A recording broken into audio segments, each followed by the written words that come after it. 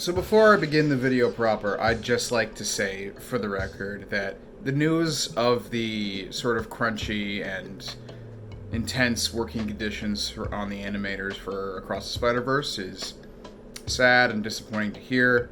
And as much as I love this movie and will be praising it, I'd just like to put on the record, if we really do need to delay Beyond the Spider-Verse to make it good, please do it. Please delay Beyond the Spider-Verse if it's what we need to do. The animators are the people that ended up really giving us this amazing movie and putting all their hard work into it, and all these writers and stuff.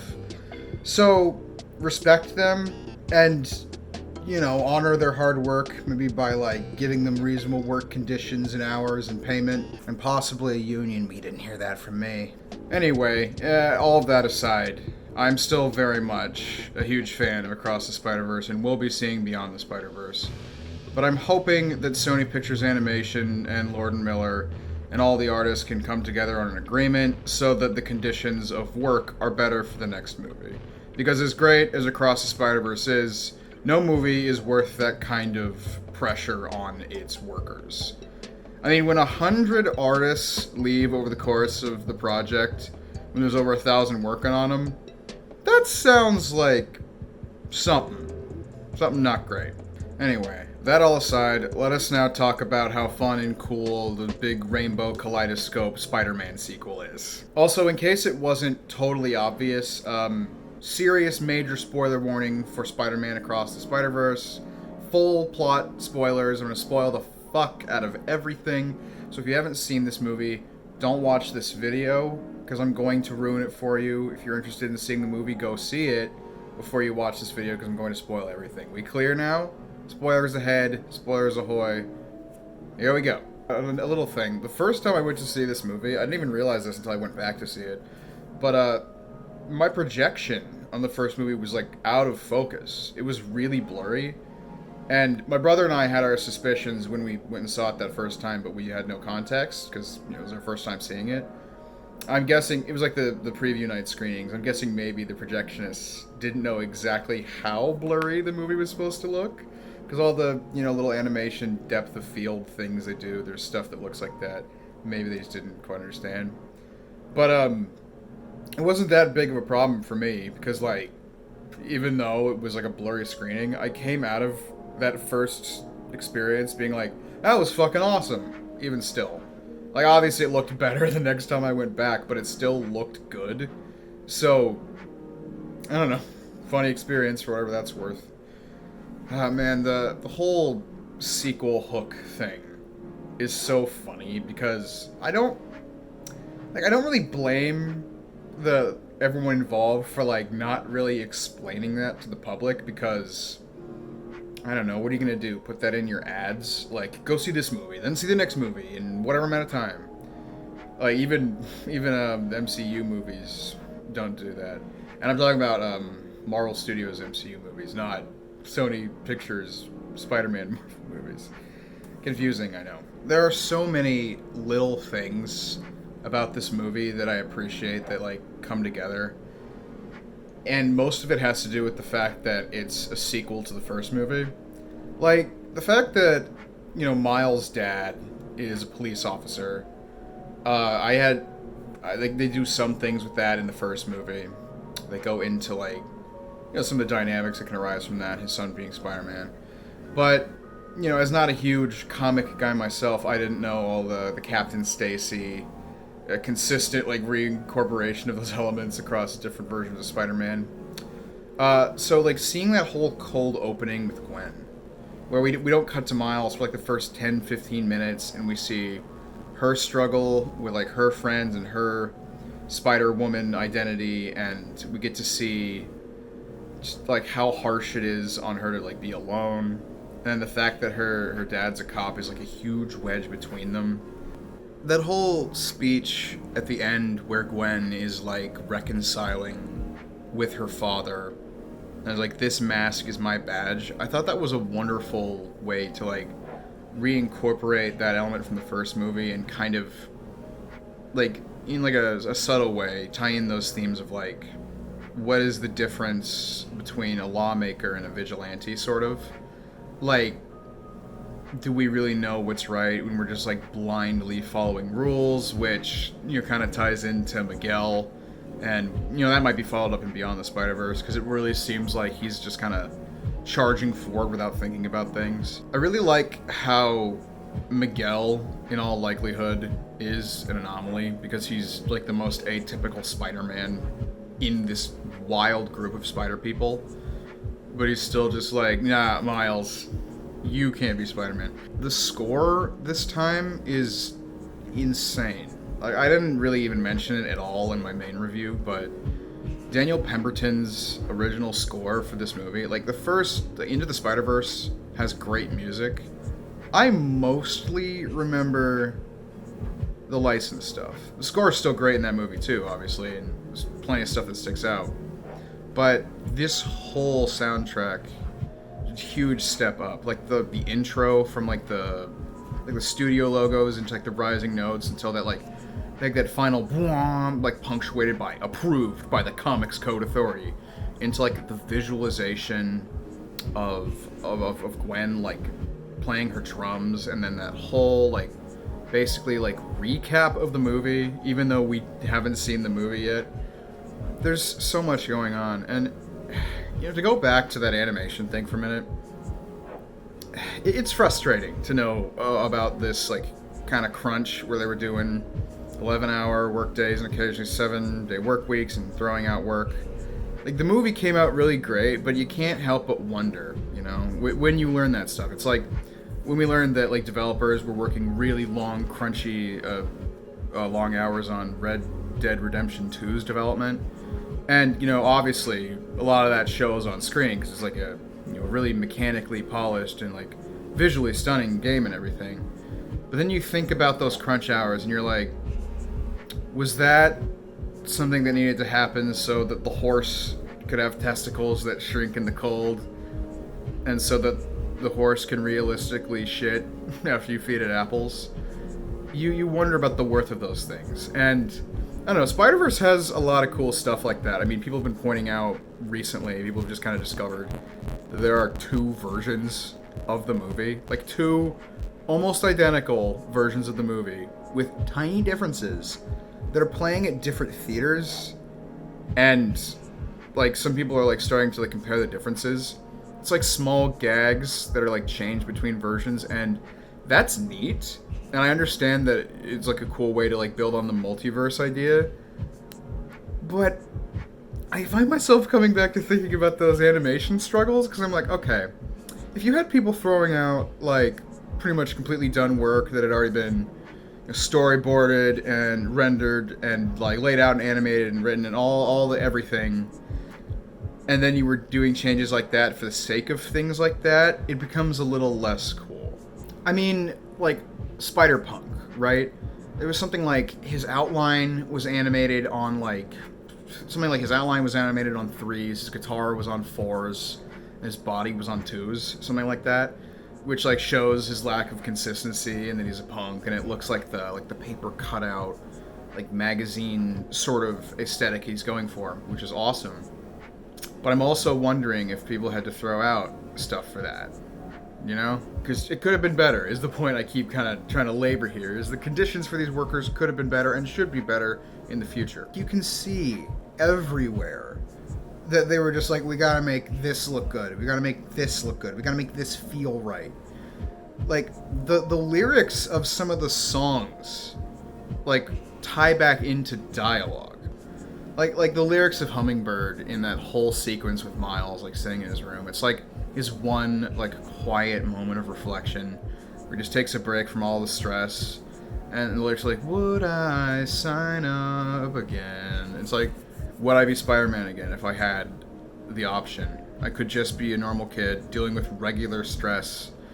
But literally, like, opens his eyes from the middle of just, like, relaxing to music, and there's Gwen, like, standing over him.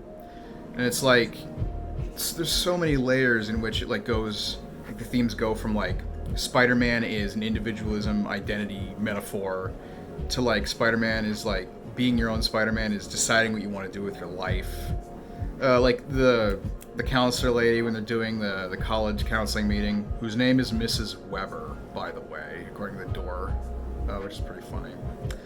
She's like, every person is a universe. I'm trying to get your universe on this piece of paper. And, that's pretty direct. And I feel like that's kind of like extended into certain small aspects. Like, everyone's universe looks visually different, as do the people. But like, I don't know, I feel like they kind of try and emphasize that in all little places. Like, when Gwen is visiting Miles and they're like swinging around before they go to like the Williamsburg Bank building, Gwen like swings by a water tower and like whacks it. It's like whomp. It's like big and loud. And then Miles swings by the same one and hits it, but it like taps it. I could be wrong, but the way that reads to me is that it's not Gwen's Brooklyn, Like, it's not her New York. Like, they're both from like similar versions of New York, but it's not exactly the same. Like, when Miles ends up back in Earth 42 at the end and he's like swinging through the rain, he ends up hitting that taxi because he gets hit by a bus. I think, he's obviously like really like messed up in his brain. He's got a lot going on. But part of me wants to believe that he didn't know the bus routes because he's in a different universe. And that could just be me speculating or reading too far into it. But again, considering how many insane minor details this movie, and for that matter, the previous movie, made sure to include and add and like just like, increase the scale and like depth of this universe, it really wouldn't be that shocking to me. It'd be cool as fuck if someone could confirm that, but I'm just gonna hold on to that. I mean, that's the whole thing about this movie, is it reminds me of Everything Everywhere All at Once, which I mentioned in the review, I'm pretty sure. And there's a deliberate reference to it at one point. Someone had to point this out to me, but there's like a billboard that says, all of the stuff, all the time, all over the place. Like, all over the place, all the time. Blue billboard with a bagel. It's a pretty, like, clear, direct reference to that, which was probably added pretty late into production, considering how relatively new that movie is compared to this. And it really just seems like a, hey, we're both multiverse movies that involve bagels kind of thing. Game, recognized game. But it also kind of, like, layers its themes in the same way that Everything Everywhere does. It uses that multiverse concept to just kind of like tangentially connect things through like suggestion and indirect stuff. Like the fact that Donald Glover is the Prowler is a funny joke, the live action Donald Glover thing. But like Donald Glover was technically the Prowler in the first Tom Holland Spider-Man movie, and there were rumors once that he could play a live action Miles Morales. And if I'm not mistaken, I think there's a Childish Gambino poster in the first movie in like Uncle Aaron's apartment. I could be wrong about that, but like these connections imply like multiple things, and it kind of ties back to how like Miles in Earth 42, without the spider and just a few things different, he's the Prowler. You see, like, it was basically just slightly different versions of the same person right next to each other. You see just how much different they are from each other. You see our Miles, the one we're used to, with his bright and shiny eyes. He's scared. He's holding himself together as best he can. And then you see, like, the Prowler Miles, and he's got, like, these creases and these like, jaded eyes. He's a slightly... You can hear his, like, Hispanic side of his accent come out a little more, I guess, because, you know, his dad died in this dimension. It's just... It feels, like, all really deliberate, even the small things. Like, I'm pretty sure that joke about two cakes is a direct reference to the fact that they had to split this movie into two. Since, you know, they originally wanted to make one big movie, but it was too long. The lady's like, it won't fit on one cake. Can't you write smaller? Can't you write shorter? Two cakes. I'm pretty sure that's what they're going for. I like just how much... I mean, other people have talked about this, but the fact that like, everyone's treating Miles like he doesn't know any better, and he is a kid. Like, he's 15. Teenager, but still a kid. Young adult, if you want to be charitable. But it's funny, because at the same time, you can recognize, you know, when I was that young, I didn't know everything. I thought I was right about everything, and I wasn't. But that doesn't mean his feelings aren't valid, or that some things he believes in aren't true, or valuable, or justifiable. It's like the Miles like says to his dad, "When you were my age, you went out with Uncle Aaron to start a business," and then his dad's like, "Oh, that was different." And like that's basically like the whole movie. It's like, it's not going to work out for you. I know because I tried it and it didn't work. Gwen tried like revealing herself to her father, and that did not go well. And Miguel tried to live the life he wanted in a way he thought was harmless. That didn't go well. And like tying back into the generational gap thing too. It's like, I don't know, the cop dad, Gwen's cop dad, has like a Visions Academy sweater that's like worn down. So he went to like the same school as her, but it was a long time ago. There's a generation gap. A lot of people have pointed this out, but like Gwen Stacy has that Protect Trans Kids flag in like the background in her bedroom of that one shot. And then Miles at one point has a Black Lives Matter pin on his bag, which is in the shot. And whether or not you agree with those causes or not, I feel that it's a really like smart way to kind of code the characters. Like a lot of people have had an interpretation that Gwen Stacy could be transgender. There's a lot of imagery that evokes that, and the Protect Trans Kids thing is like really obvious, but more so to the point, to me it feels like generational like differences, like gaps. Like, not that like transgenderism as an idea hasn't existed for a long time, but being more openly for it and allying behind it is a little more of a younger generation thing. So it's like she's punk rock and she's different. She's her own person, and her dad don't totally connect, but he's trying his best and she is too, but she doesn't know what to do. And then Miles too. It's just like, there's like these relations too. Oh, you believe in that newfangled thing? That's some like hippie new age crap, and you can argue however you want whether you think it is or not. But I think it's really good as like a means to show that these characters believe in good and like helping people, and that additionally they are like of a new sort of like wave of generation of people. I mean, it really is kind of emphasized a lot, like the age. Like, Miles was like a little kid in the first one. He's still a kid, but he's gotten a lot more competent and confident. And even if he makes mistakes, he can still be right about things, but no one will let him have that. It's like, Miguel won't even eat his fucking empanada that he brought him. Brings him an empanada, greets him in like one of his native languages, and he just chucks a garbage can at his fucking head. What an asshole. I also appreciate like the parenting and generational gap thing kind of extends into like the children in the movie. Like, again, like, Gwen and Miles are younger, but they're teenagers. Meanwhile, Peter has Mayday, who he's, not supposed to bring to a fight. He's like, this is bad parenting. He's, like, acknowledging that what he's doing is stupid, but, he's doing it because, I don't know, I guess he kind of has to. Can't leave the baby at home or whatever. Has to take her somewhere. And then, what's her name? Jess? So I'm forgetting her name. Black Spider-Woman with the motorcycle. She, she's pregnant. She's like very clearly like far along, right? Like 7-8 months, something like that. Big baby bump. And, she's being careful. She's a spider person. And what she's doing is, just about as dangerous as what Peter's doing. But it's like the subtle execution in like the differences of how they do it that's interesting. Like, Jess is kind of sided with Miguel and, like, believes in his sort of, like, sunk cost fallacy. Like, you can't change the canon kind of thing. And, like, she's trying to make sure that baby's okay. Like anyone with a baby inside of them would do.